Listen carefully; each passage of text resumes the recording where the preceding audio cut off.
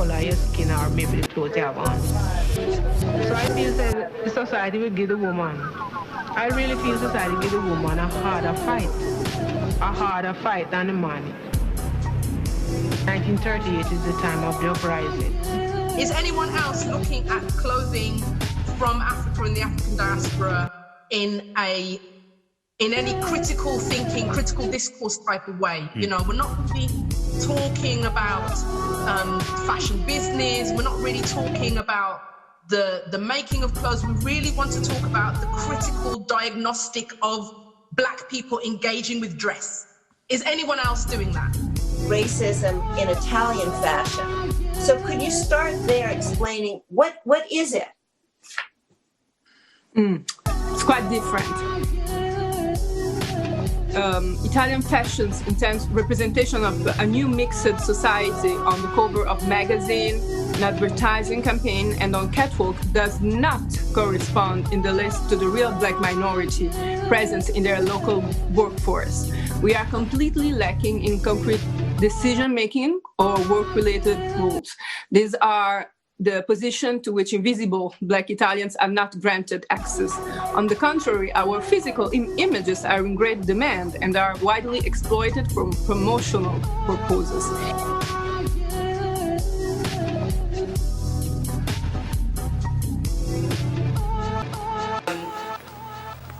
That's really, when you consider the breadth of scholarship of, and I hate to kind of use anyone else as a measure of what we should be doing, but when you consider the breadth of scholarship of European dress, for example, or even Asian dress, and that's not even as much as it should be, but because Asia is a massive continent, but East Asian dress and South Asian dress, when you consider the scholarship around that, and then consider there is practically no scholarship at all around African and African diaspora clothing, the question is not how important it is, the question is why doesn't it exist? We also have the myth of the super Black woman. Right. I mean, you're strong, you can take anything. Boy, look at her caring for those kids. And that's the way we got ripped off. That was the way we got ripped off, you see, because we had always been strong and we didn't suffer. We didn't have pain. We didn't suffer the way that they did because we had all the jobs and it was easy for us and we were just laying up with the slave master and I mean all sorts of ridiculousness was said and was believed by not just Black men but by Black women and by America at large. The Black man will define Black power. Time has come for the Black man to stand up and take his place. It's time, brother. With so many words about the Black man, one had to wonder, where were all of our women?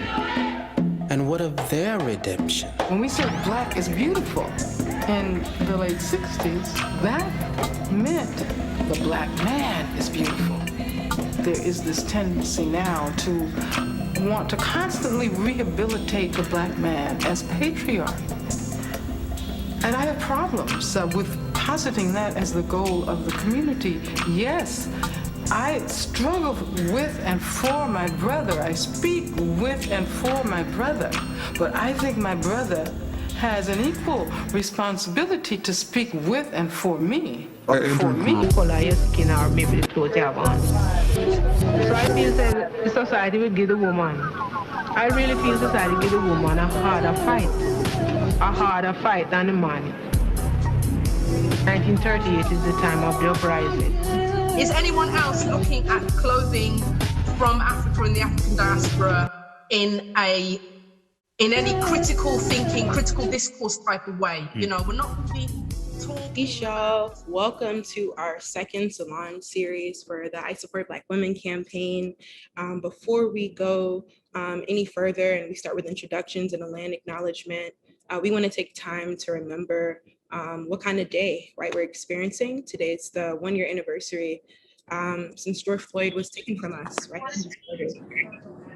And I think that it's important to always ground us in the reality and the struggle that's happening each day in our lives. We're also on a webinar, right? We're on Zoom. I know that I hate Zoom at this point. We're all fatigued from constantly being in front of computer screens. And it's important to acknowledge that not only are we experiencing a pandemic, but we're also continuing to experience amplified racism and death and sexism and all the things.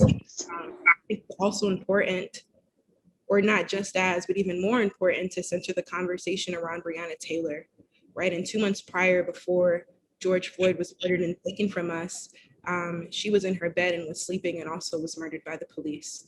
And I think that that is important to acknowledge the hard truth about the reason why this campaign is even in its existence, while these folks are on this call, and how important it is to protect, to defend, and center Black women, girls, and gender expansive people.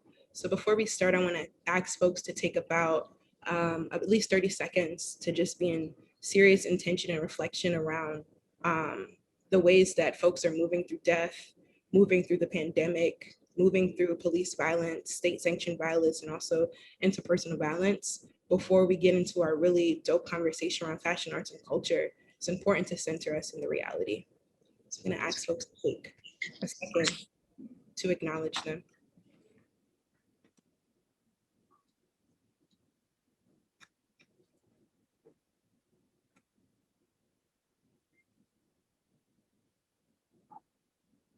Any of the bathroom. Thank you, thank you. So please feel free to use the chat as we continue. Again, if you just hopped on, I see that folks are currently still hopping on. My name is Trinice McNally. I helped start the I Support Black Women campaign with Virgil Abloh, and we're gonna talk about the importance of the campaign, what the Salon series is aiming to do.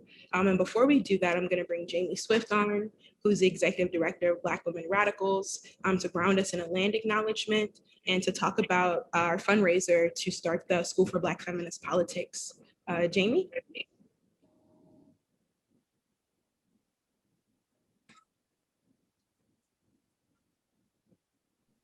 Hi, everyone. Thank you, Trinice, for starting us off. My name is Jaimee Swift. I use she, her pronouns.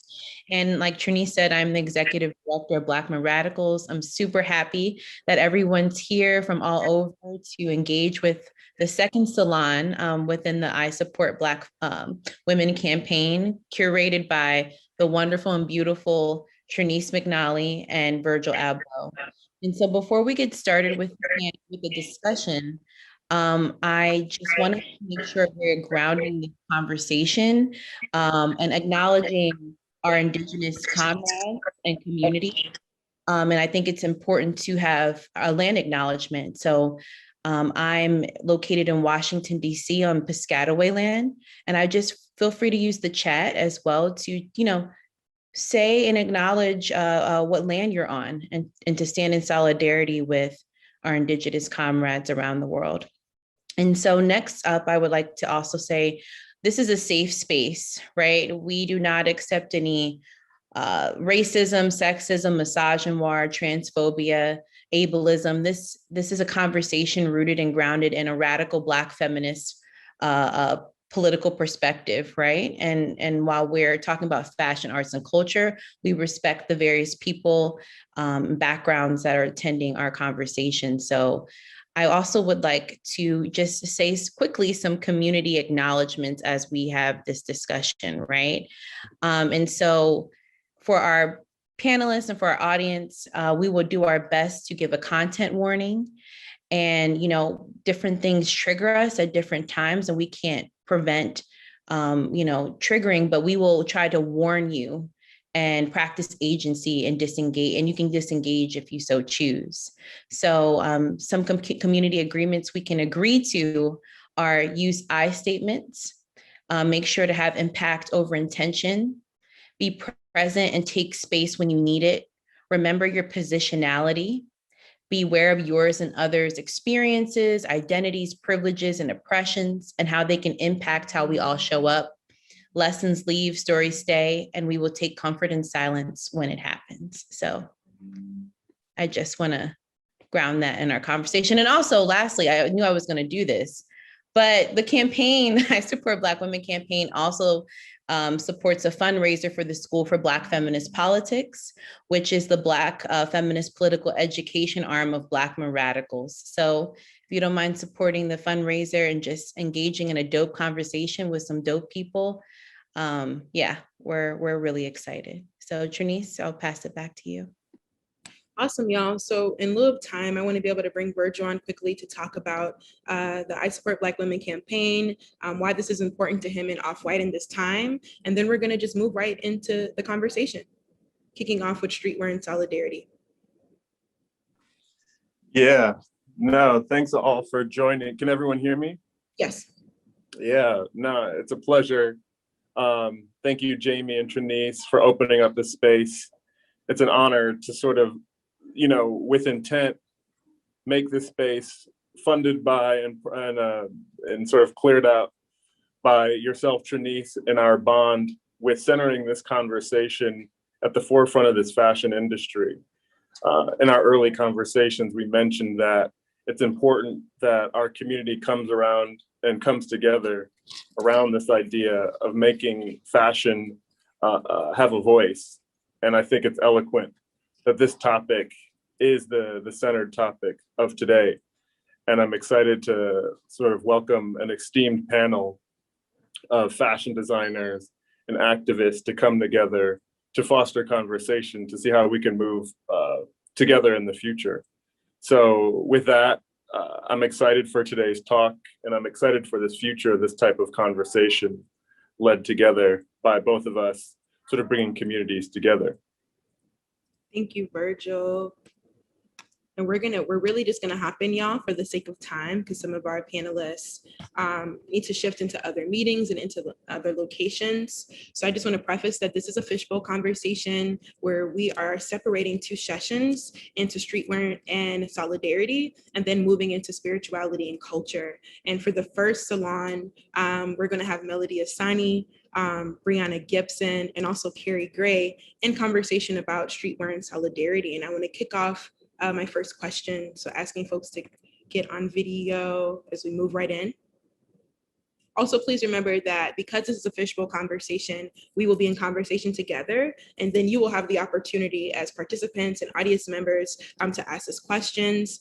So please enjoy as if we were little fish in a fishbowl and you're watching us engage in this conversation. All right, so I'm going to kick off my first question to Melody.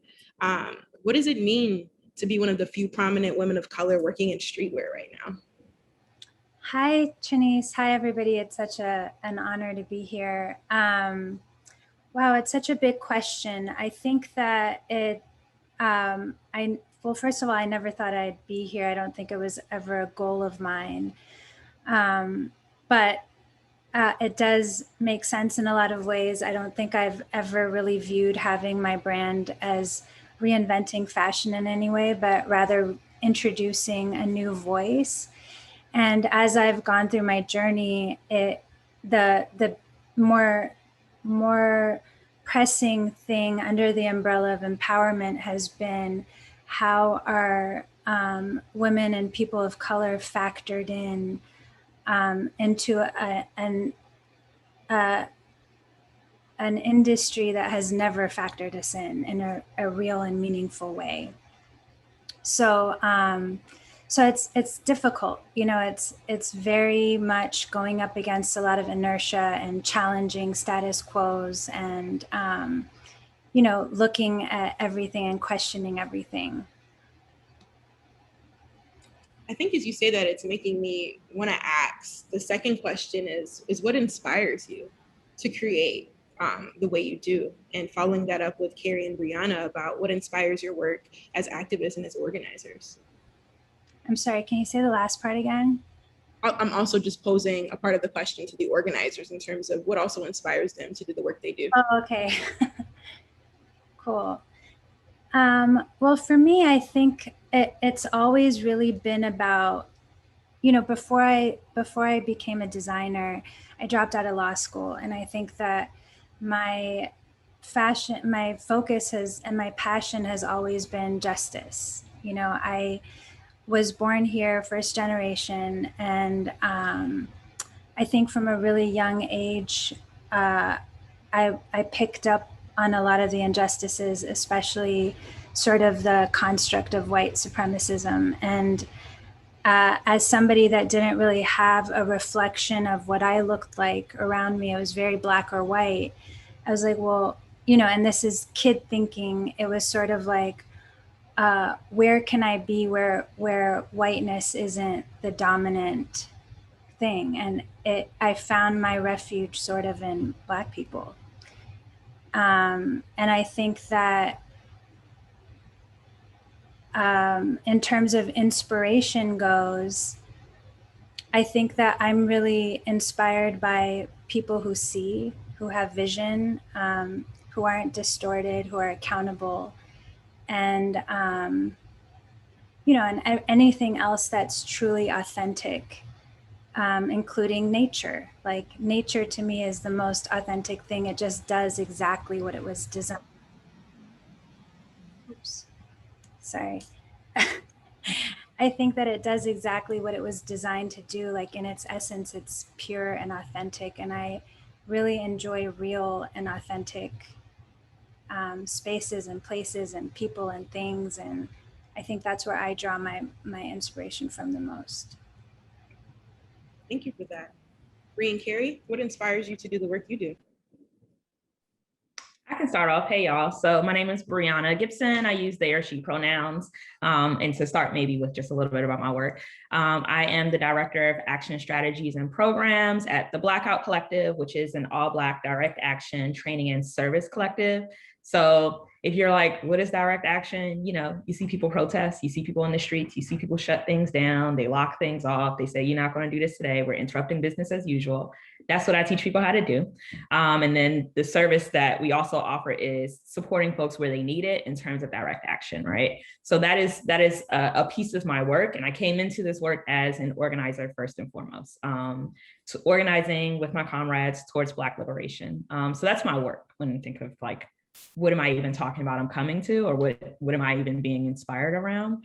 And I think, yeah, I am inspired by two things. One, the material conditions that our people live in, and that's what brought me to the work, right? So the state of the world as it is, I describe it frequently to people as a dumpster fire, but the state of the world as it is.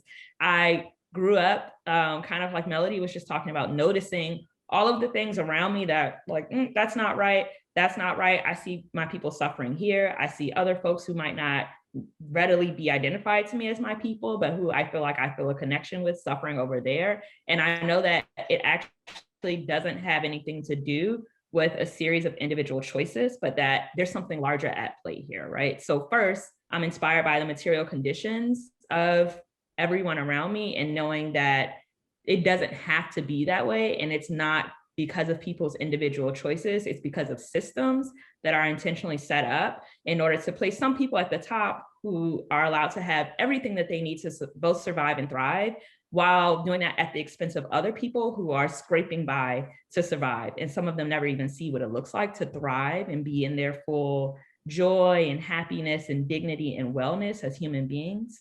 And then the second part of what inspires me to do the work that I do is the vision that our folks have for a better world. So, right, knowing that it doesn't have to be that way because another world is possible, another way of being with each other is possible. And we actually just have to put in the work. We got to do a lot of hard stuff to get there. And so that's what inspires me to do the work. And I see the potentialities of all of it in every single aspect of life that we have around us, right? Because nothing that we do is apolitical, nothing that we wear is apolitical, nothing that we say or think is apolitical, right? But it all factors into the world that we've constructed around us. And all of those things are possible for us to reinvent, reshape, tear down, think of something new in order to recreate a world that actually serves all of us in the ways that allows everyone to thrive and live their best lives.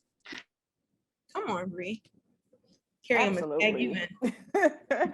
Honestly, very similar. So my name is Keri Gray. I use she, her pronouns, and I identify as a Black disabled woman. And my work really centers on breaking systemic barriers for Black disabled people.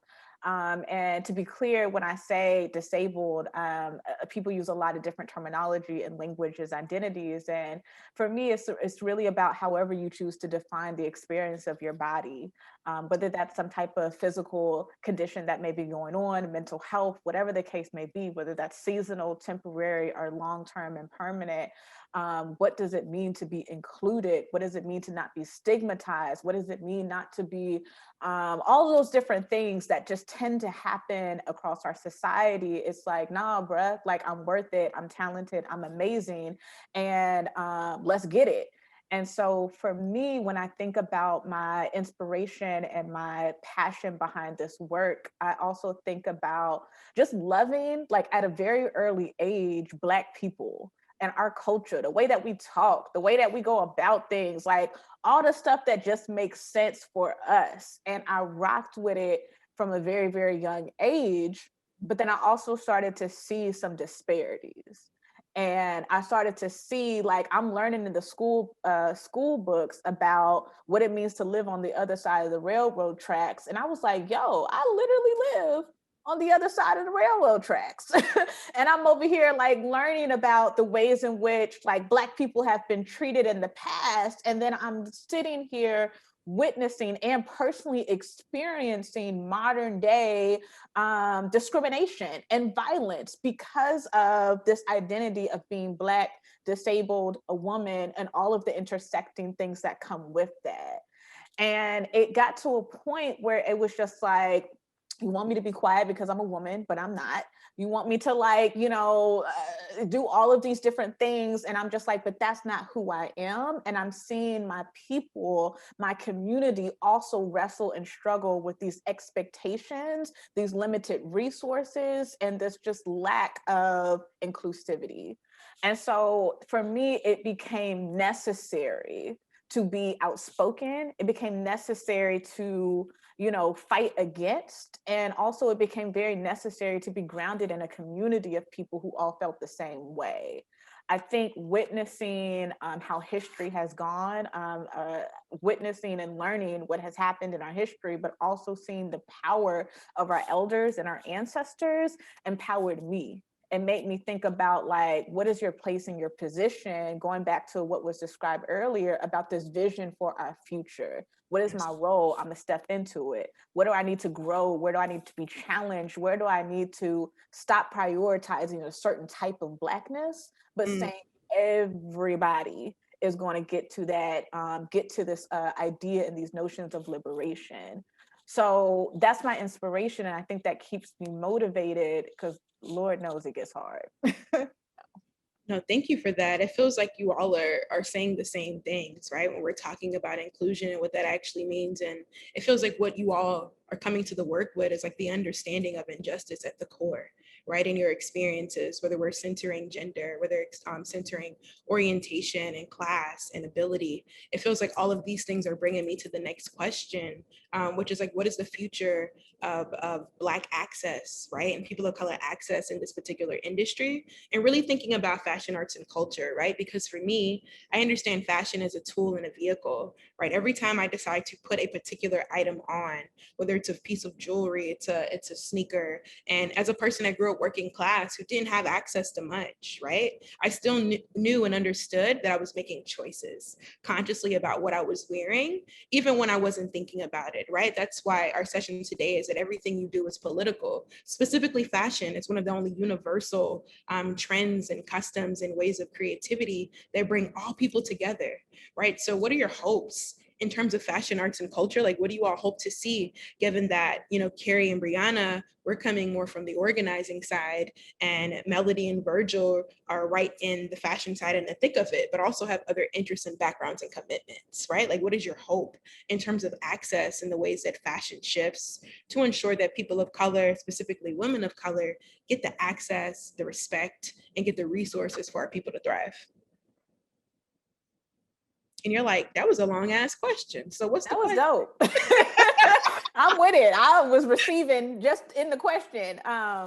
You know, I'll jump in from one vantage point that I'm thinking about. Again, thinking about this disability identity. So I'm a cancer survivor, and I ended up getting a prosthetic limb when I was in elementary school. And my prosthetic limb is a very big statement that people see. And I remember growing up and just hating the stairs, hating like the ways in which it made me feel other. It made me feel different. And all of these questions and uncertainties that I would see in people's eyes. And there's just a lot, right? That you're navigating this identity of being like who you are at a young age and growing up into that.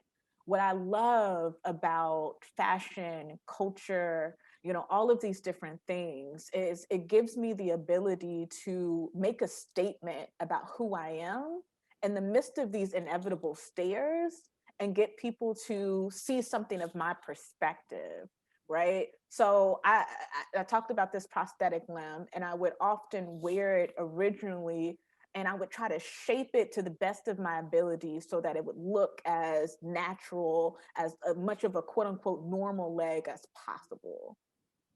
And then I was like, what would it look like if I just cut it and ripped it wide open and just said, you know what, it's here, it's metal, it's different, and let me give you something that I want you to stare at. Let me give you something that speaks to my existence and doesn't shy away from that part. And to me, that's what fashion does, right? Like fashion is about like what we wear, whether that's literally like cotton, silk, whatever the case may be, but it's also about like the materials that we use in so many different ways in our bodies, like my glasses, my prosthetic, like how I define skin, like all of these different things are like embedded in it. And I think for me, I want folks to be in a place where they don't have to shy away from however they identify, but instead leveraging fashion to be a place to say, if you're gonna look at me, here's what I want you to see. Okay. And I'm gonna make whatever statement that is in there. So that's one of the things that I'm thinking about. Thank you for that. Do any of you want to tag in terms of what your hopes are for fashion, arts, and culture? I'll tag in for a minute. I just think, well, thank you so much for sharing that, Keri, because I think when I was at the age, when I was trying to figure out what I was going to do, I thought I was going to go to law school, and I was like, I'm doing something noble. I'm going to change the world. But fashion was what I was really good at. And so when I decided to go there, I was like, this is so shallow. This is so, I was like, what am I going to do with fashion? And I think it's so important to follow trust what you love, because that's the biggest lesson that I learned. It's like, it's not about what will take you to the love. It's always the love that'll take you wherever you're trying to go. So the love always has to come first. You have to trust what you love. And also just the power in it that I've been able to see. We were talking yesterday, and it was like from fashion to activism, but I don't really see how you can get from fashion to activism without having consciousness in the middle. And what I've really tried to do is just elevate consciousness. And it's always about little things. Like, I remember when I was young, one of the most popular cross colors t-shirts was "Love Sees No Color." And I remember I always had such an issue with that t-shirt, especially since I grew up with Dr. Joy DeGruy. I had the privilege of,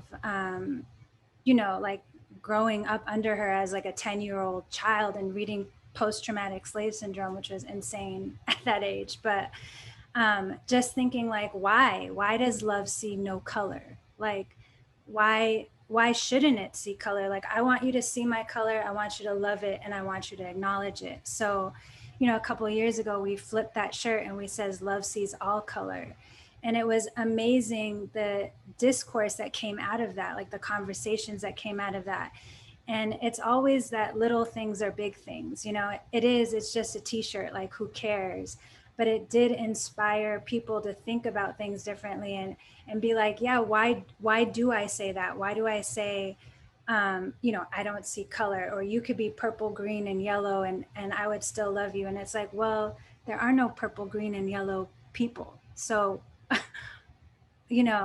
anyway, it's really about consciousness, and there's value in it in everything. Fashion just happens to be one important part of it, but you can really do it through anything. Yeah. I think that just like reflecting on both Keri and Melody's comments, something that's coming up for me as a hope for the future, high key, I want people to keep it 100. All right, so boom. Like consciousness, all of that. And I'm saying this even as, right, we started off this call acknowledging that a year ago today, George Floyd was murdered. And that after, you know, so many different uprisings, like last year's uprising seemed to stick in a different way. It spread around the world in a different way. And it demanded a different response from people in power across the board, including large corporations, companies, all kinds of things, right? And I'm sitting here a year later, and I find myself in conversation with folks frequently around things like the fact that there have been over 100 anti-protest bills that have been introduced in the United States since last year. And that's a vast acceleration from the rate at which anti-protest legislation has been being introduced in the United States. And we know that that's in direct response to the uprisings of last year. And when you look at some of the companies and corporations and people bankrolling these pieces of legislation, they're very much so in line with the very same people who last year put out statements about how they stood with the Black community, how they support racial justice, how they support all these pathways to liberation, right? And so when I'm saying keep it 100 is make sure that the words are aligning with the actions, because the words don't mean anything if the actions are speaking something completely different. If you're telling me that you are aligned with the fight for racial justice and complete liberation for Black people, and by extension, all people, then that means that you should not actually be signing on to anti-protest legislation that you know is meant to silence the dissent of those who are most oppressed and most marginalized in society, and who therefore their means of registering dissent and getting people to pay attention to their issues and stopping business as usual, because business as usual here is violent, is through dissent and protest, right? That's a misalignment. And it tells me that actually you're most interested in making sure that you get to retain profit and that you have an image of something that's actually not true to who you are. And I think that that extends for me into so many different areas of fashion, arts, and culture, because I think it's something that we see play out a lot. And even goes into, right, how do we get the things that we wear? Who's making them? How are they making them, right? And I know that there are a lot of contradictions within all of these things, right? And I'm encouraging us to sit with them because they're uncomfortable and they're going to be, right? But what are the ways that we can make sure that what we're saying and what we're doing are aligned, that we can engage with the difficult questions that we have to face, right? We know that there is no ethical consumption under capitalism. And that doesn't mean that I say, well, forget it, just do whatever. No, that's not what the response to that is. It means I need to sit with the discomfort of what that means in terms of the production lines of everything that I get and use on an everyday basis. How even the art that I see in the culture that gets uplifted, what's the avenue, what's the pathway to that, and what are the whys behind it, and how do we shift it so that also, just because we're getting more representation from folks who might look like us or have the same backgrounds of us, that doesn't mean that we want people assimilating up into mess, because that's not ultimately the world that we're trying to create, right? And so I guess for me, I just want us to sit with a lot of the difficult questions that come up when we talk about how politics plays out in fashion, arts, and culture, and for us to actually begin to dig into some of those messy parts and figure the things out, and then just stay true to what we're actually about, right? And making sure that our words are aligning with our actions, and that when they're not, we're completely okay with folks checking us on that, and that we're figuring out how to be in better community with each other and build better relationships with each other in order to build a better world. So clearly, I just feel like this is a class and a course, and I'm hoping that everyone is recording the text and the messages and the themes, because it feels like a lot of what you're sharing is a conversation around accountability, right? And how are we like in commitment to the things that we say we care about? I support Black women, right? That is a very clear political statement, right? And like, how are we thinking about solidarity, given that this is an industry that is not largely led by Black people, much less Black women, much less women of color. So I'm really curious to hear from Melody and Virgil, because I'm glad Virgil's able to slide in for a bit around like, what does solidarity look like in terms of your hopes and dreams, given that when we think about power, right, and structures of influence, you are also engaging a base of people that we are also attempting to engage, right, in effort to move closer to the left. Yeah, I think Melody hit on a very good point. you know, for fashion, arts, and culture to be more in line with the realities of the world, there has to be a consciousness moment. And there also has to be a moment of outward engagement, you know, much like this panel and much like this campaign is. You know, what often upsets me about the fashion industry that I hope to gain into is that it largely goes silent, right? It shows up for convenient moments. And just as what was mentioned, it's like hard conversations need to happen in order for us to even get to the state of consciousness, which, you know, for me, consciousness is never a finite goal. So as me being a designer of color and in spaces within the industry that are largely not diverse, for me, it's leading by example to make such an organization to be at the forefront of a new collection, a new jacket, a new runway show, because the conversation needs to be had continually, not in just precise moments. And so my objective is to develop a fashion brand that is at the center of fashion, art, and culture, that has dialogue to constantly learn and raise voices. You know, those objectives have to change at each step as the brand or fashion, art, and culture evolves. But what I'm looking to do is pair them at the same level, at the same output, all the time. And so it takes community. One of the biggest things that I've learned is like, this isn't a singular effort. You know, no one can be well equipped to know everything of the world, but fostering a community is at the start. And that's why I'm interested in having this panel. Even Melody, you know, our paths in the fashion industry have crossed before, but to me, it's sort of much more striking not to have had a collaboration, but to have a conversation and have a conversation with your community so that it becomes an output in itself.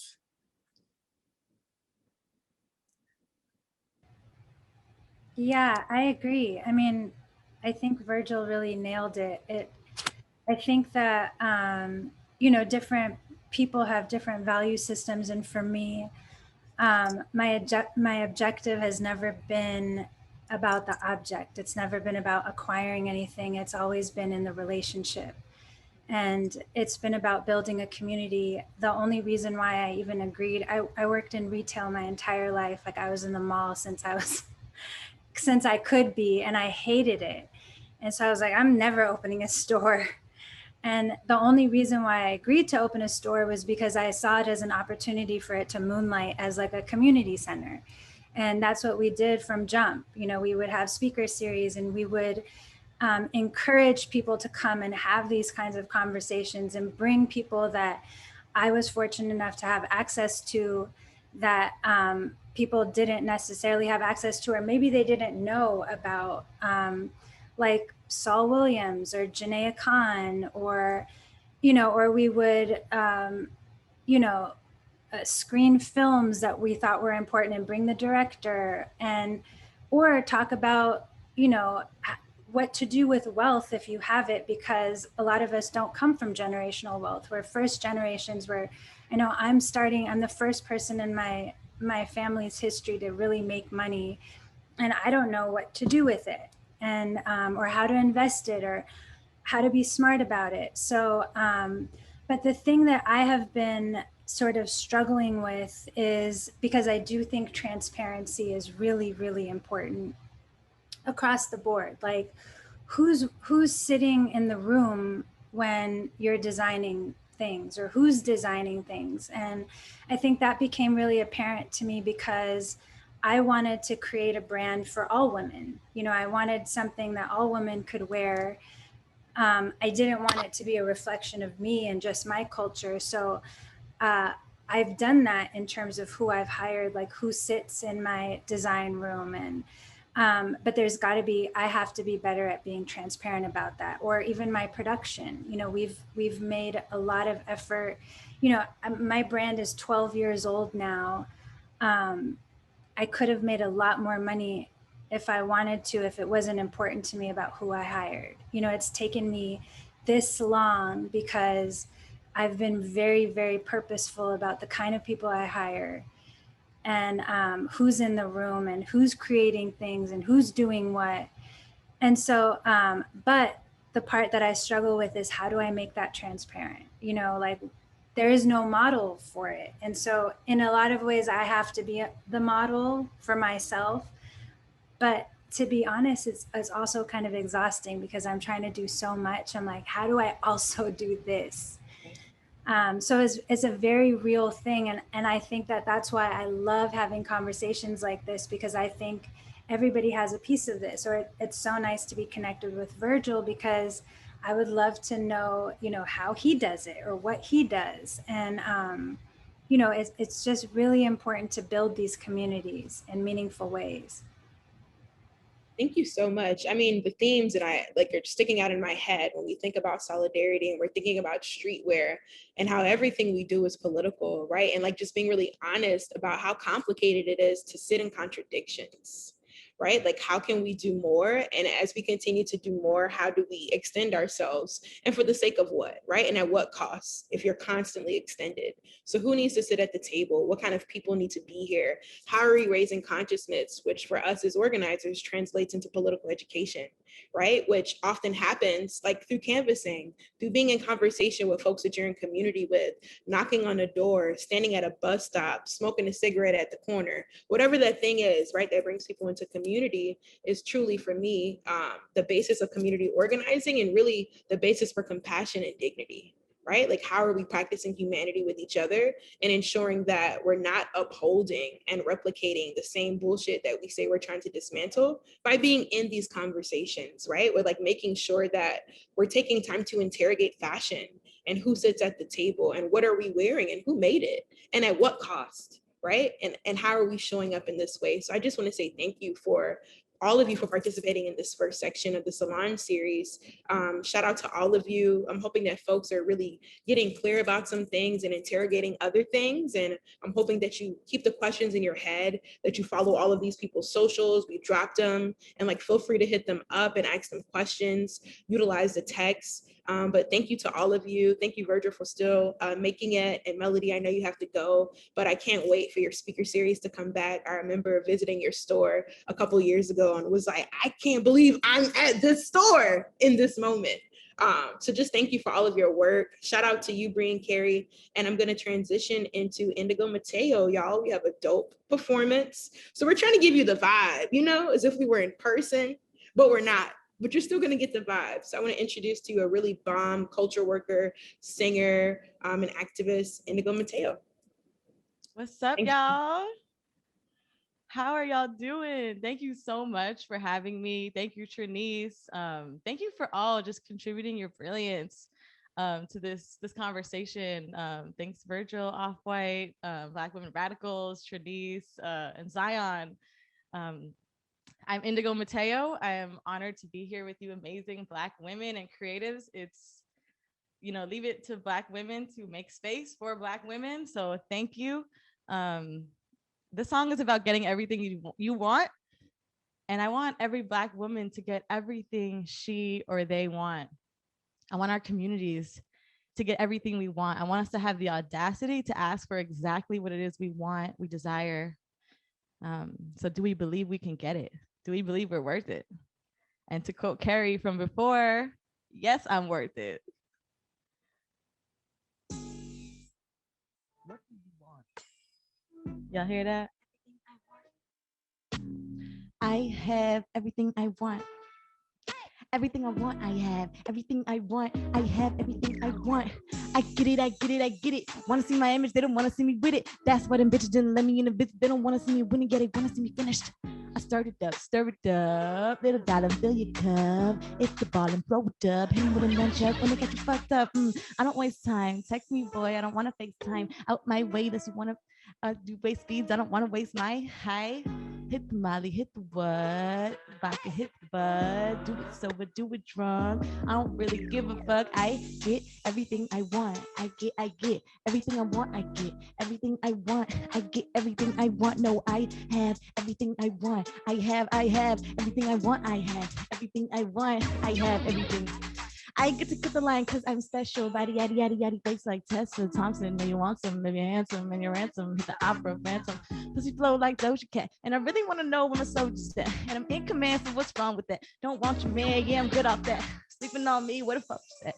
That'll not mind like Jehoshaphat. On commando, when you're Mando, he a fando, he a rando, but it's casual, cause it's casual, asshole, natural, Mando, shit's Vanguard.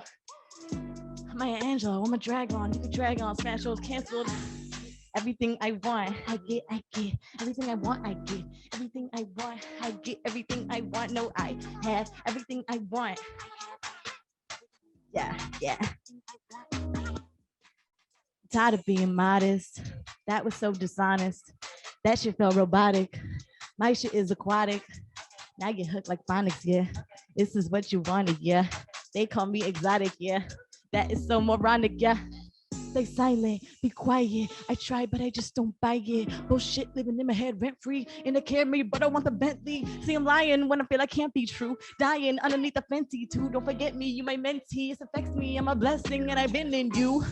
Everything I want, I get, I get. Everything I want, I get. Everything I want, I get. Everything I want, no, I have. Everything I want, I have, I have. Everything I want, I have. Everything I want, I have. Everything I want.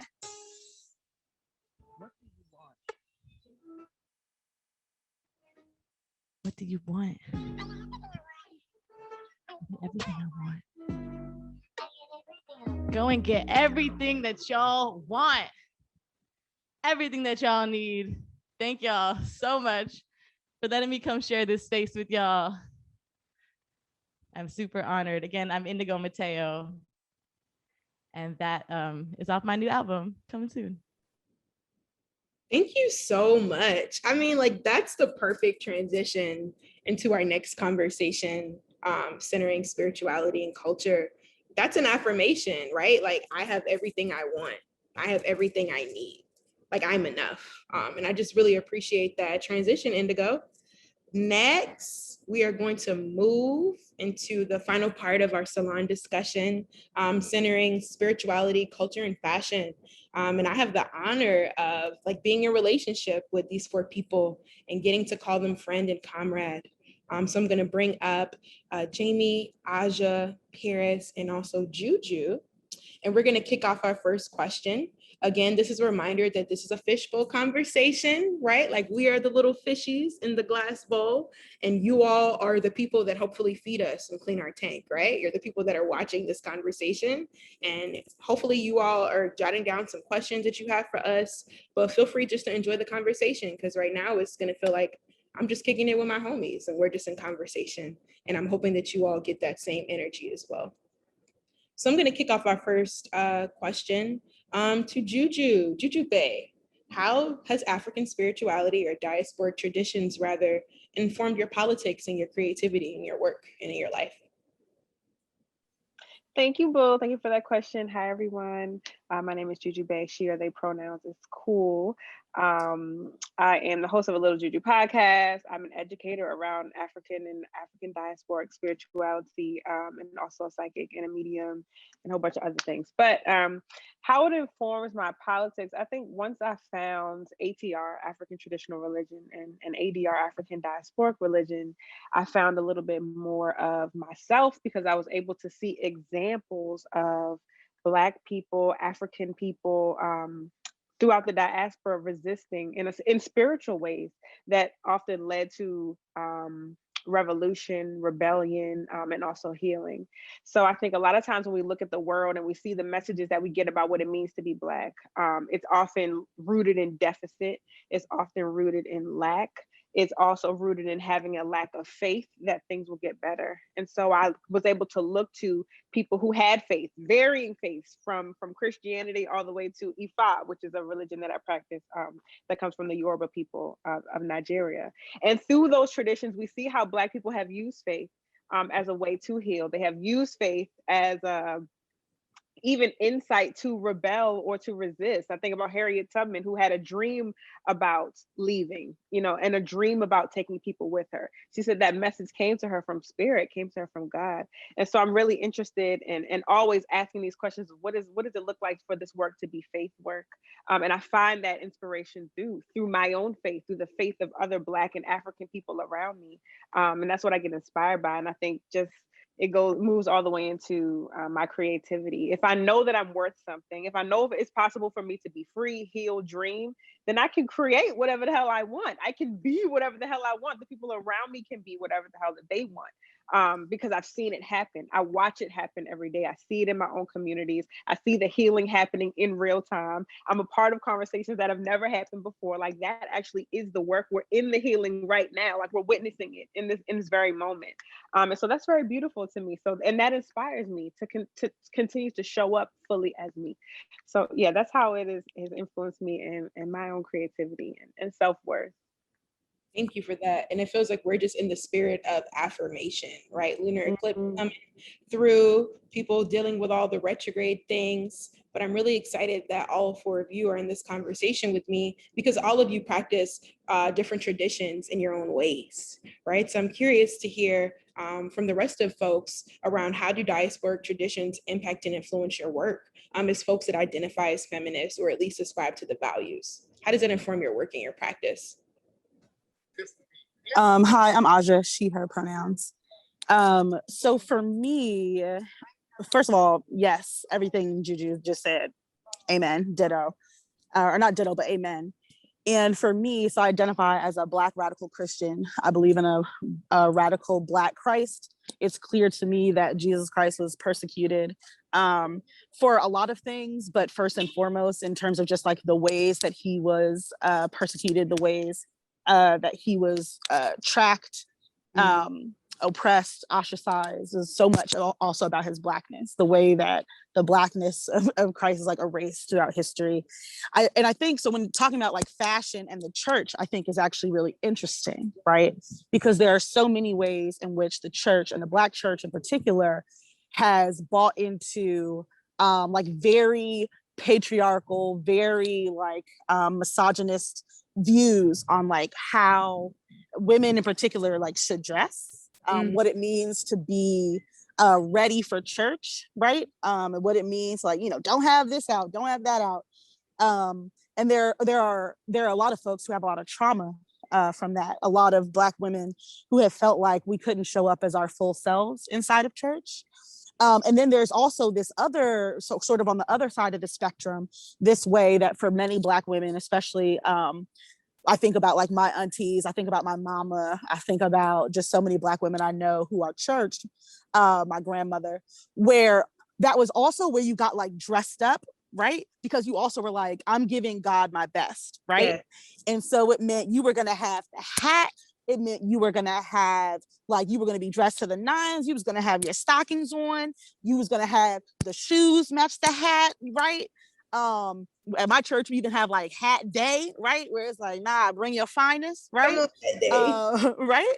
Where church also has been a place to show out, a place to express ourselves. And it's interesting. So I'm in Charleston right now on a Black History walking tour, and I just took a break from the tour to do this. But even thinking of spirituality and religion, and something that traces back to like Yoruba traditions, like wearing white. So like as I was getting dressed today, I was like, okay, so we have ancestral things to do today and tomorrow. And I said, okay, well, tomorrow we're going to St. Helena Island, so I'm going to wear white because I want to wear white to show up for my ancestors in that way. And today I'm wearing my like funky glasses and showing up for my ancestors that way. So just like even the it's a way to show out, also a way to show reverence, right? A way to show deep respect. Yes. And so yeah, I think there's so many intersections, good and bad, or like challenging and positive, between my religion and also the way that I express myself fashion-wise. Thank you for that. And I really appreciate the offering around Black liberation theology, right? In ways that we don't connect, right? The story of Jesus and the understanding of his experience as a Black person, right? And there are very particular ways that he was treated because of who he loved, right? Like Jesus actually loved the sex workers. Jesus loved the thieves. Jesus loved the homeless folks. So like, what are the ways that the Black person lens is inherently related to radical Christianity? Absolutely. Jesus could have had anyone, right? When like come and be with him. And like Jesus chose Mary Magdalene, right? Like Jesus chose someone who was ostracized in many ways. And a lot of folks theorize that it was because she was a sex worker. It was because she was a whore, right?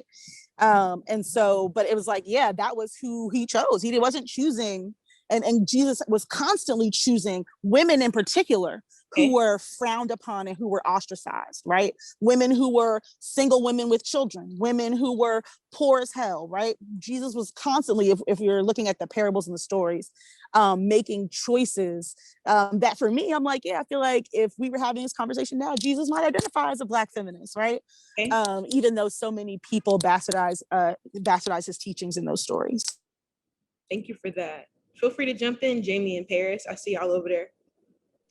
Yeah, I can completely relate to everything Aja is saying because my faith as a Christian is definitely rooted in this radical politic. And if you're interested in learning more about Jesus Christ as a revolutionary, you should read a book by Dr. Aubrey M. Hendricks. It's about literally Jesus being a revolutionary. But I took a course years ago and like the professor said that Black people are the curators of the aesthetic of cool. And I'm not fashion forward by any means, but I was thinking about this conversation and the people who are in my family who are fashion forward. And my 78-year-old grandmother is fashion forward, and she's one of the mothers of our church, and the way that she takes pride in wearing her church hats, like you said, Aja, and wearing her Elizabeth Taylor diamond perfume that I started liking as a child, the way that she wears her stockings and carries herself. And I think about her dignity and how she had to struggle sharecropping in Arkansas and not having the opportunity to be revered and feel beautiful. And this is her way to feel beautiful. This is her way to show up and show out. And this is her way to commune with other Black women in church and to talk about, hey, like, where'd you get this? Where'd you get that? And it's through being a Christian and in my church that when I started doing my doctoral research in Salvador Bahia, Brazil, I could see these intersections that you're talking about, Aja, because my host mother is a Iyalorisha of Candomblé, which is another African diasporic religion, tradition, faith that comes from Ifa. And so I see her wearing white and I was like, wow, well, I got baptized and I was wearing white. When we take communion, we wear white.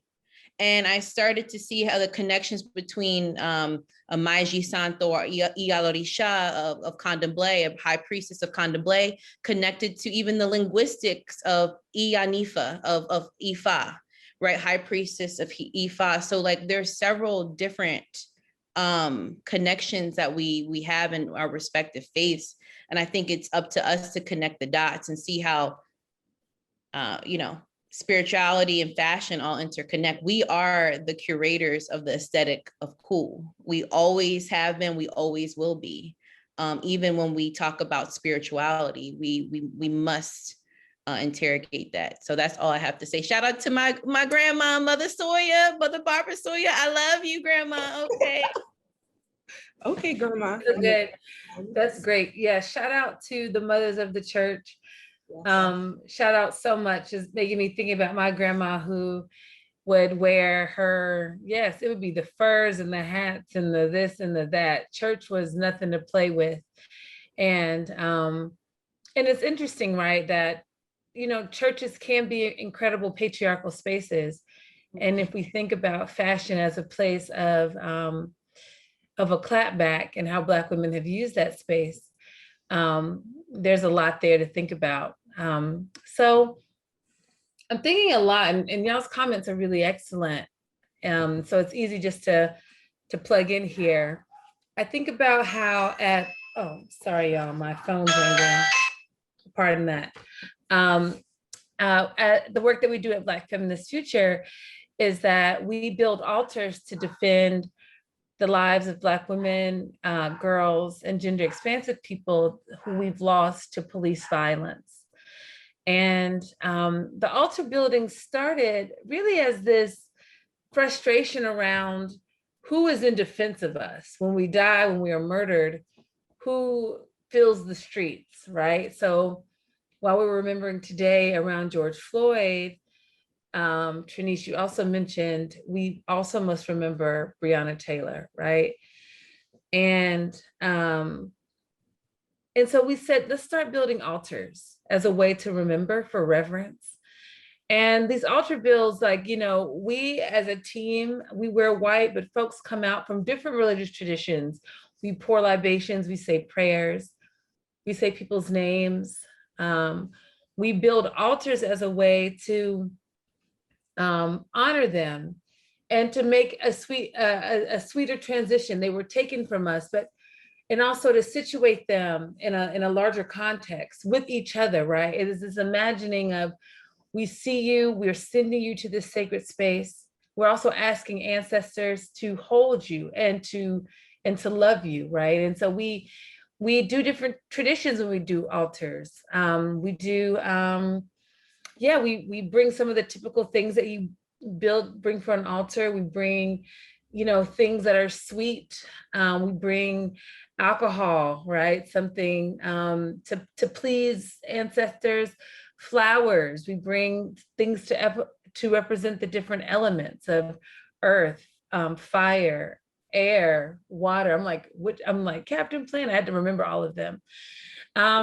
Also, we've done different ceremonies, like an 8-bowl ceremony. And this ceremony talks about, you know, that life will be sweet. So have some sugar, or will be bitter, have some lemon, to really remind ourselves of the cycles of life. And so I'm excited that the altar builds have happened several times.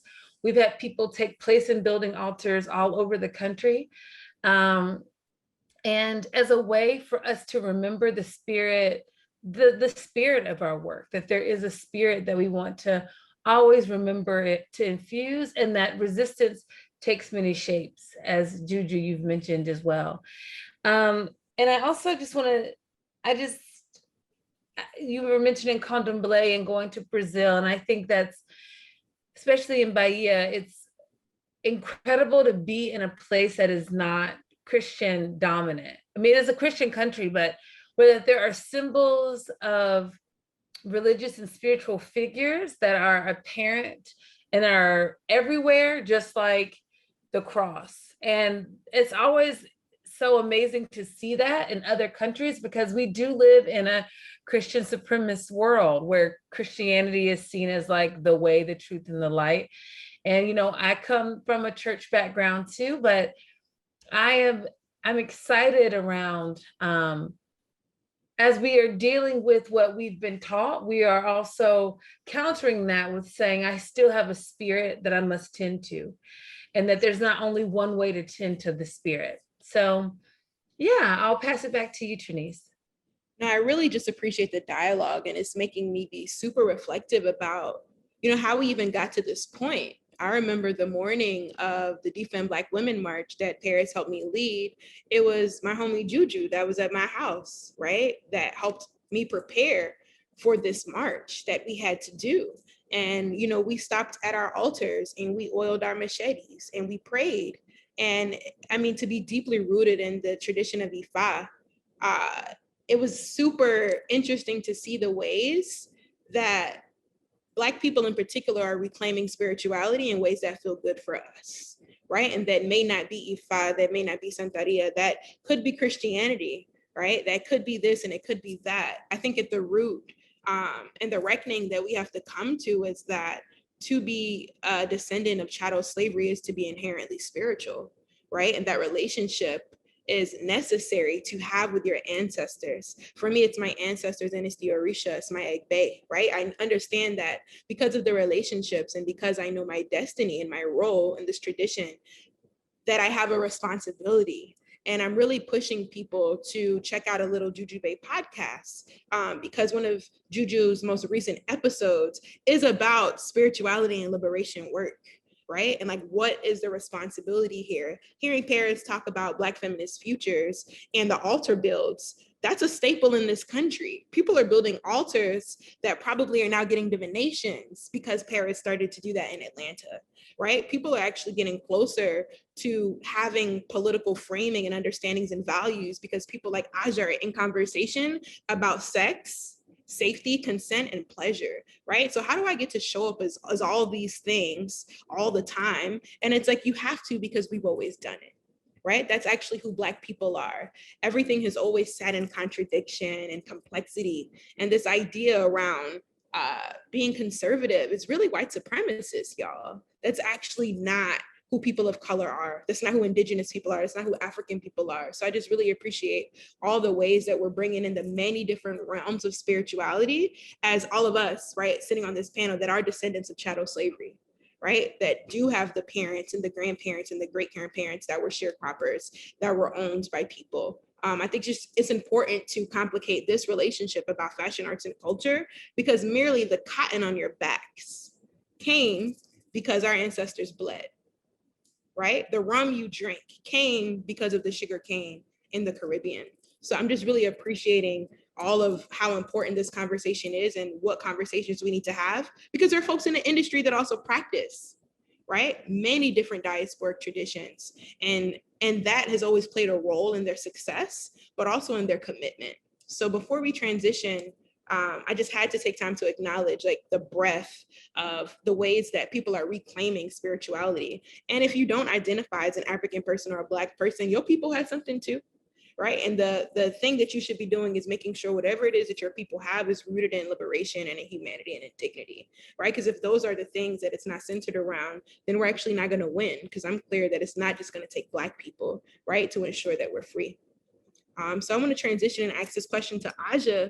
How do we infuse the politics of memory work with fashion, arts, and culture? And I'm asking you because when we were building our short documentary, y'all, that's gonna launch during our Defend Black Women March, you talked about the complexity of fashion, arts, and culture and what you want them to do, right? So I'm hoping that you can just share some insight around like just political memory and what are you thinking? What are your hopes?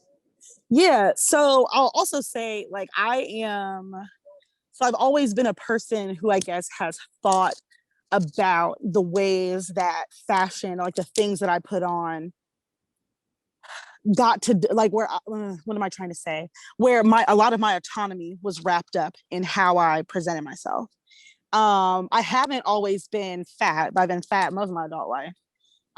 But even when I wasn't, was always thinking about and knowing how like girls and women are hypersexualized. And it wasn't until like I got language for it, honestly, when in having conversations with like my homegirl Fresco, who a lot of folks know, who has done a lot of work around like around Black feminism and fashion, and getting language to know that, oh yeah, like doing those things were actual acts of direct rebellion that are a part of a legacy. Like I was not the first, far from the first, right? And would not be the last Black person, Black woman to use fashion and how I show up to say things about myself. And I say that in the grounding for the answering of this question, because in terms of what we want the fashion industry to do, and I think that this is a particularly interesting conversation, given that like right now we're talking about, I mean, this campaign is like through Off-White, but like, yeah, fashion houses who make decisions about sizing, right? Who don't have clothes that fit fat women, artists who make decisions around even like pricing. So like, what does it mean if poor folks aren't able to access something? And it's complicated, right? It's very complicated because it's like, I get it. And part of what, like, I think part of what we've been taught to think luxury means is exclusivity.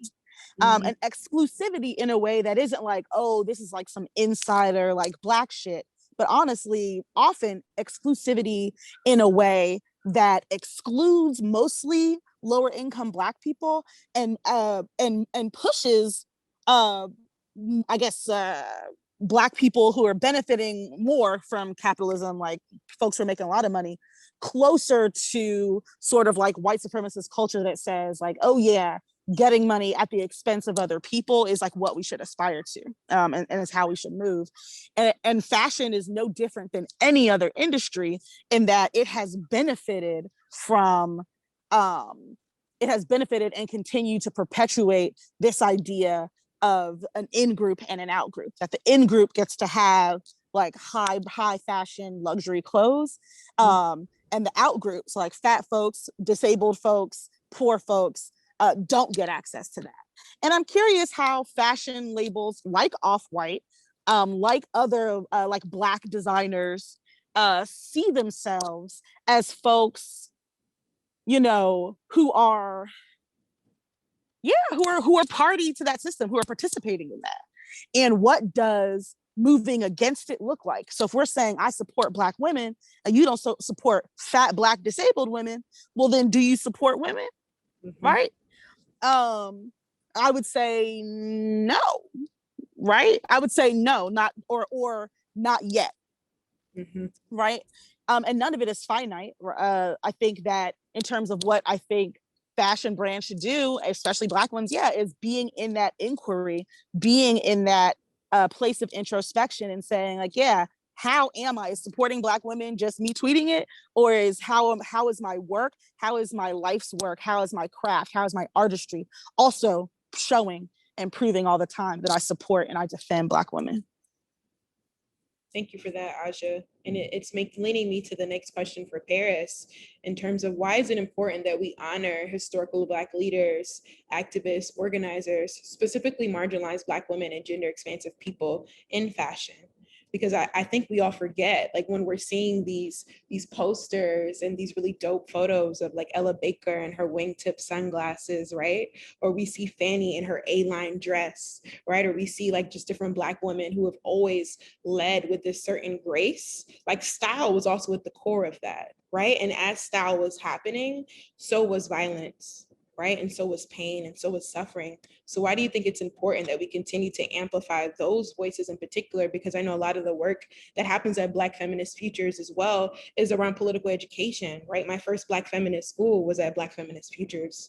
And we talked about the ways that Black women in particular were leading in the civil rights movement. And that was a story that's never told, that people don't know it was because of Ella, that MLK is here, right? And it wasn't just men-led rebellions. It actually wasn't men at all in 1804 in Haiti. It wasn't actually men at all in Cuba with Carlotta Lucumi. So I'm curious about how you want to talk about not just the work at Black Feminist Futures, but the role of ensuring that Black women and gender expansive people are being honored and revered. Yeah, I mean, I know you just answered your question. That was really amazing, especially around the fashion piece. Yeah, I mean, we have so much I don't want to say the word wrong.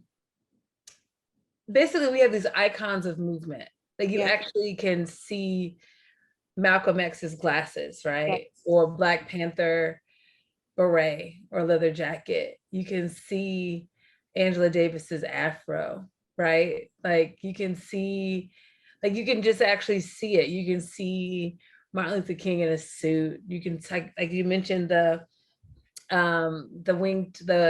cat eye glasses. Like you can see it. There is a memory. Yes. And that's what's really important, is that this memory in particular, I think people are going to think about the colors Black and yellow. It's like this new manifestation of the cultural imprint of movement right now, that a lot of our movement colors are around Black or yellow, or just the resurgence of red, Black, and green. Yes. As a way to really express our politic, which is really exciting. And I'm so glad you mentioned that, to get excited, to get me excited about it. But I think you're right, is that what is a key piece of our work, and I think as the work of Black feminists in general, is to make the invisible visible. Mm-hmm. That it is really easy just to look at the name of the person that they told you to know and memorize. And that would be the person that would basically be like, okay, I know Black history because I know this one person.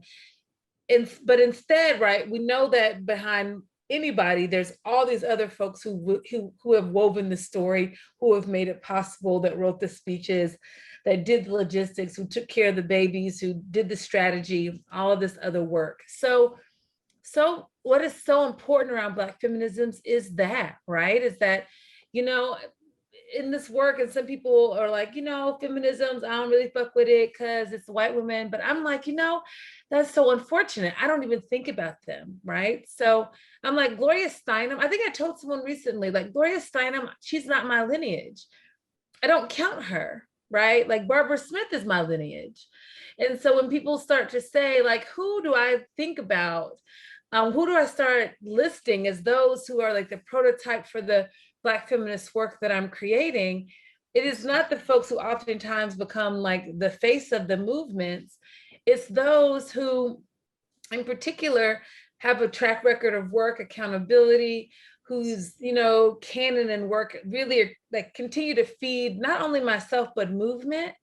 And it is our job to make sure that when we talk about feminisms, that we make, you know, I think more people are having conversations around who Marsha P. Johnson is, right? But there's also a myriad of other Black trans women who continue to resist and organize, like Cece McDonald, right? Or Raquel Willis. That there's other gender expansive people, Black gender expansive people who are doing incredible, fantastic work to advance social justice and movement. So I would say whenever there's a person that has like a popularity, or their name lives really brightly in our public imagination or popular imagination, that there are hundreds that you don't even know, right? And that it's really important that we make their names visible, that we talk about, you know, all the people who have contributed to this movement. And yeah. Thank you for that. And I think that kind of segues me into just another reflective piece, right? Of like, how do we get here? All of you that are a part of this I Support Black Women campaign, for me, it was like, yo, Virgil, I want to amplify the voices of Black women who I don't see being amplified, right? Who I don't see being celebrated, who I don't see more often than not. We're talking to the same people, right? We're sharing the same stories. So what does it look like to complicate the narrative and really disrupt the whole fucking narrative by ensuring that folks like y'all, who I get to call friend and comrade, that I learn from every day, that are leading this work, and that, you know, really a challenge. I think we're challenging fashion, arts, and culture work. And that was the exact intention. And it doesn't mean that it's going to be easy, right? It doesn't mean that it's going to be fun, even. It means that it's going to be necessary. And I believe that to piggyback off of Indigo's wonderful affirmation song, that like we have everything we want, we have everything we need, right, to be able to move this work forward. So I want to close because I feel like Paris kind of transitioned us perfectly into talking about the School for Black Feminist Politics, right? When we're talking about the importance of political memory and Black feminisms, that's exactly why Jaimee created the school, right? That's exactly why we're fundraising to create a place for our people that they can come and learn and grow and get access to the things that they need. And so much of our work is connected, but so much of it is also different. So Jaimee, if you could share a little bit about the School for Black Feminist Politics. Aja has a wonderful announcement, the way we're going to move into our fundraising. But before we do that, I just wanted to thank you, JuJu, for setting us off with really what does it mean to be reclaiming African diasporic traditions. And you do it in a beautiful way that people probably see as pop culture, but I just see as authenticity to who you are as a guru and a person that is stylish, right? And a person that is fashionable, and that a person is like committed to freedom in ways that you embody it and through your clothes, right? Through how you look, through how you support other people. And the same with you, Aja, in terms of what does it mean to be a Black radical Christian, right? And what does that even mean, and how we're understanding and thinking about Jesus and thinking about the complexity of what does it mean to be a Black flat woman and see yourself or not see yourself And what does that mean? And what is really the real question? And Paris closing us with the work that's happening at Black Feminist Futures, with the ways we should be interrogating, right, and revering like our ancestors, in particular Black women, and also gender expansive people. So just thank all of you. I hope that we can have more conversations like this. I'm so appreciative that Virgil was like, yeah, I'm gonna let you do your thing and we're gonna do this campaign. And we're gonna keep those, right? We're gonna continue to do the work because it's actually gonna take a lot more fashion brands to try to do this same thing, right? If they say they're really committed to supporting our people. So just shout out to you, Virgil, for always being supportive and like helping us move the work through. No, and just to close, highlighting all the sentiments you just shared, as you can tell, this topic is important to me, so much so that I've been tuning in through 3 different locations during the course of it. But you're highlighting the work that needs to be done. I think it was Brianna that mentioned it at the very beginning. Like, these are tough conversations, but if the conversations aren't being had, especially at this level of fashion, art, and culture, then that's not the fashion, art, or culture that I want to be a part of. I want to be a part of monuments of change. I want to lead by example. So this conversation's helping me do that. It's helping the fashion industry who's looking for ways to transform and be authentic to a message. So, this work is without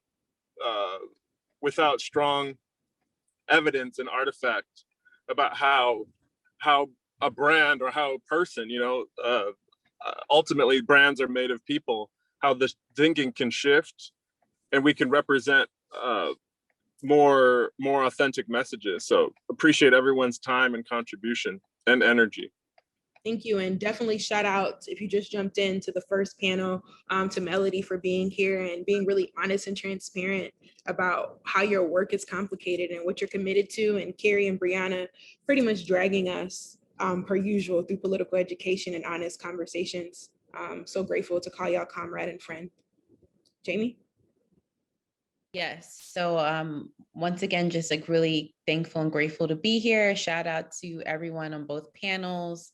Thank you, Trinice, for organizing. As always, thank you to Black Discourse and thank you to Virgil. So I started Black Radicals a couple of years ago, 3 years ago now, 2018. And Black Radicals is a Black feminist advocacy organization, and we are dedicated to uplifting and centering Black women and gender expansive people's radical activism in Africa and the African diaspora. Last year, I was deeply moved, not just about the uprisings for Black life globally, but when I was in my doctoral program, I studied Black politics. But unfortunately, within my program, it was very patriarchal, cis heteronormative, right, in terms of who was being discussed within the Black political frame. So I decided to create a school for Black feminist politics. And we invite Black feminist educators, activists, organizers, scholars to lead free teach-ins that expand the frame of reference of Black politics through the power of Black feminisms. And we pay these Black feminists to lead these teach-ins for free. And so if you would just, there's a link in the chat in terms of donating to the fundraiser. If you can please donate to the fundraiser to support the work and also to support opening a physical location for the School for Black Feminist Politics in Washington, D.C., AKA Chocolate City. If you're familiar, and AKA Piscataway Land. And if you're familiar with Washington, D.C., a predominantly Black district, right, community, but has been greatly impacted by heightened displacement and gentrification. And I'm hoping that this school is a place where Black feminists, Black people can learn, grow, thrive, and just be together with one another in a place that has been, like I said, constantly and gravely impacted by displacement, gentrification, and also state and quotidian violence. So thank you so much. Thank you so much, y'all. We're gonna move into a quick announcement from Aja, and then we're gonna have a dope performance to close us out. Yeah, so I mean, honestly, Jaimee said it too, but these conversations, this campaign, this is not just because we love Black women. This is not just because We believe that Black women should be defended, should be protected. It's because when I think about folks like my goddaughter, Layla, who may or may not be on this, may or may not be on this call, who's 12 years old, you know, she deserves to know about this. She deserves to know that suffrage didn't start or end with Susan B. Anthony, and that frankly, Susan B. Anthony didn't do really jack for Black women.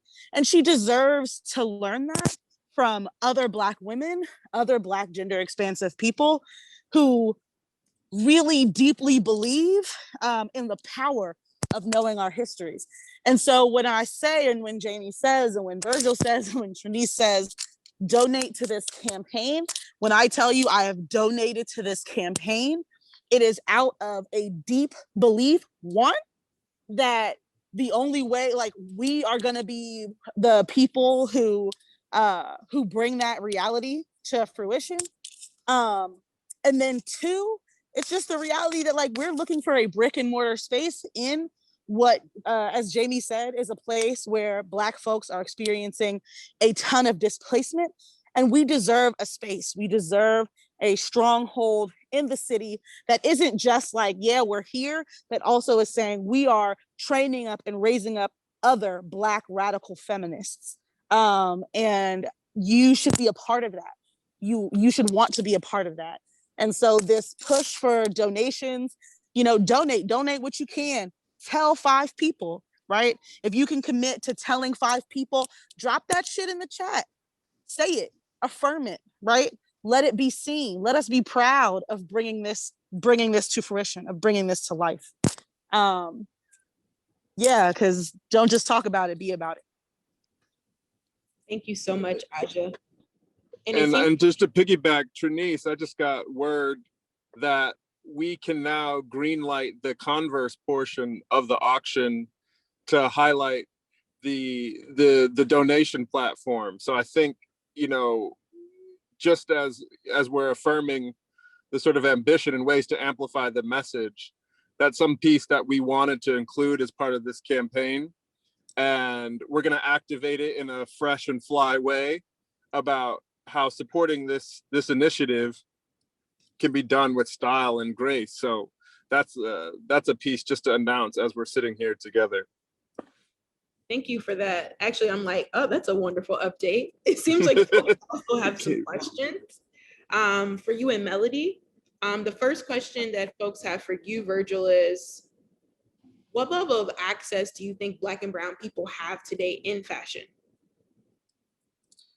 I think, you know, the bottom line is not enough, right? You know, I'm a firm believer that the fashion industries and these pop culture industries are fueled off of our energy. You know, they're fueled off of our perspective and our way of style and deep cultural roots. Mm-hmm. So there's not enough. And that's why initiatives like this exist. I think, and I'm trying to reform that, the idea is that, you know, that fashion school, fashion training, the level of access to get in and to move up through these companies need not be typecasted, or need not to be limited just to the sort of modeling or marketing surface area of a brand, more the ideology. You know, so my programs between the Postmodern Scholarship Fund, which I started with $1 million towards educating and mentoring and scholarships for Black students, is pivotal to my practice. My goal is to make sure that other brands and other fashion designers take it on as their responsibility to usher talent through the system as well. But, you know, it's all different facets that need to elevate, not just one in particular. Thank you for that. I know Melody had to hop off, y'all, and folks had 2 more questions. So I just want to move through the next one to honor people's time. How does the conversation that dominates the fashion industry affect our relationship with race, gender, and sexuality? And feel free for other folks that are on the call that are panelists to also answer that question. I'll repeat it. How does a conversation that dominates the fashion industry affect our relationship to race, gender, and sexuality? And I'm assuming, because I'm also confused about the question, that they're probably talking about the ways that the industry is male dominated and also dominated by white rich men, as the assumption that I'm going to make. So how is that conversation affecting our relationship, not just as consumers, but as people that are also involved in fashion by simply being consumers? How does that impact our relationship with race, gender, and sex? And for the person that sent the question, feel free to DM me about what you might have wanted to ask. Yeah, I feel like someone else is more equipped to answer this question. But I feel like, I don't want to like call anyone out, but I mean, there's just like a lot of, this is like a huge question. There's like a lot of factors that play into this question. It's like, who's like Melody was talking about earlier, like who's in the room when we're having, who are the gatekeepers in this, right? When people are styling a shirt or styling, I don't know, sneakers, right? Who's in the room giving advice? Who are they catering to? What sizes are they, or do they have? Like Aja was talking about. Yes. And I think it's also important to just go beyond symbolic representation, right? You can have a Black or brown person in the room and their politics are just not right, right? And so we have to have those conversations as well. Who's in the room? What are their politics? Are they appropriating? Are they stealing from Black creatives? Are they exploiting? We've seen a lot with last year. We talk about George Floyd and Breonna Taylor and the movement for Black Lives, or the uprisings for Black Life last year. We can see how a lot of people tried to profit off of Black death. Yeah. And we have to be cognizant and look at brands and like be skeptical, like what is happening here, right? And so are you really in the interest of community, or are you doing it to just say I'm an ally? And it goes beyond allyship. So I feel like someone else is more equipped to answer this question, but here are just as like my tidbits on that one. I think you did just fine and answered it. And I'm hoping that people are getting the information that they need and the responses. We're gonna actually get ready to transition out. Gonna ask folks to enjoy the sonic dissertation from Cleto Maréz. I'm hoping that folks enjoyed this Salon series. We're gonna be back with another one in July in honor of our Defend Black Women March. Continue to follow Black Women Radicals to get more information about the School for Black Feminist Politics. Continue to follow PSA with Postmodern, with Off-White. A lot of us dropped our social media handles. We use social media as a political tool and a way to engage our folks, not just to have fun. So I'm hoping that folks got something. You're walking away from this conversation feeling a little bit more inspired, or even thinking that you're probably more well-positioned to be in particular conversations and make critiques, right? And make assessments about what you buy, how you buy it, who you're supporting, and really what you're demanding and asking for. So thank you, folks. Also, of course, I have to shout out Black Discourse, which is the folks that are like putting this on. Black Discourse does a lot of behind the scenes, not just in terms of technicality, but helping us build out the Salon series. And the thing I'm most excited about is it's Black women, right, that I get to work with who share the same political values and really are committed to ensuring that we do something in this world that creates societal change. So please also follow Black Discourse. You'll be able to follow the link from their page, as well as a lot of other dope podcasts and conversations that they're hosting. And thank y'all so much. Peace, y'all. Please enjoy this sonic dissertation. Again, we are treated as commerce, right? Well, actually, let me share an anecdote. Someone said to me once, well, look, I get that you want to talk about Black fashion, trainers and stuff, right? Which is sneakers, right? I think like, jogging suits and stuff. But I mean, don't Black people just wear what white people wear?